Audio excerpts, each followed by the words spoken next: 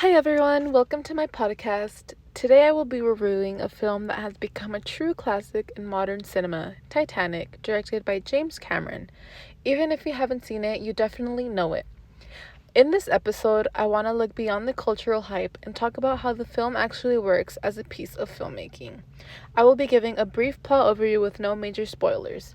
Titanic follows the journey of a young aristocratic woman, Rose, and a free-spirited artist, Jack, who meet aboard the RMS Titanic during its 1912 maiden voyage. Despite their social backgrounds, they form a deep connection. Their story unfolds alongside the ship's historic tragedy, blending romance with disaster. I won't spoil major plot points, but the movie uses the historical events to anchor a personal story about love and classism. The plot is simple but effective. A love story set against one of the most infamous maritime disasters in history. It's not the most original setup. Star-crossed lovers is a classic formula, but what makes it compelling is how the personal story blends with historical context. The pacing in the first half can feel slow at times, but it pays off emotionally once the disaster begins. Leonardo DiCaprio and Kate Winslet give genuinely heartfelt performances. Jack feels charming and grounded, while Rose's character arc from feeling trapped in her upper-class world to reclaiming her own agency. It is one of the strongest elements of the film.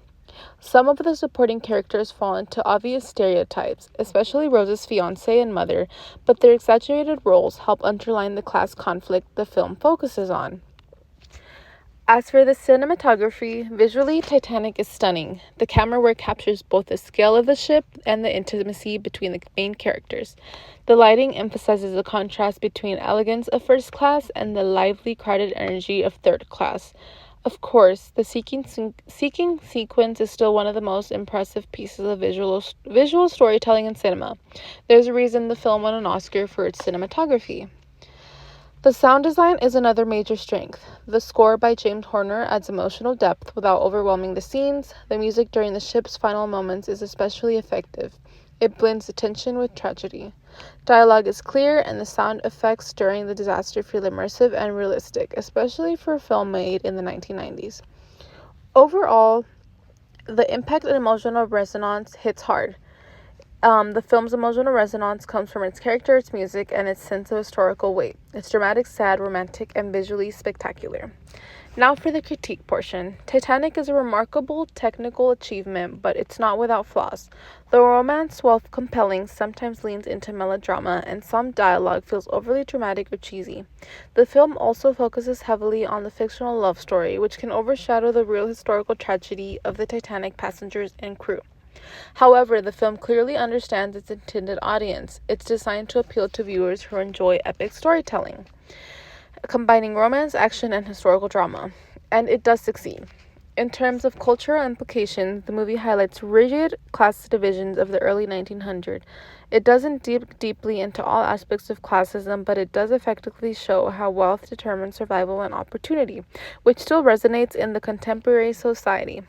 As for its relevance today, the Titanic remains significant, not just as a blockbuster, but as a film that set the standard for large-scale historical drama. Its themes, love and equality, disaster and survival, are timeless. I'll also acknowledge my own bias. I went into the film already knowing its iconic status, so I knew it would be great. That can make me overlook some of the film's cliches, but even with that bias, I think its emotional power and technical skill genuinely hold up.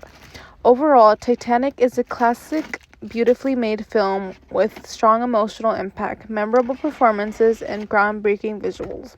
While it has moments of melodramas, its strengths far outweigh its weaknesses.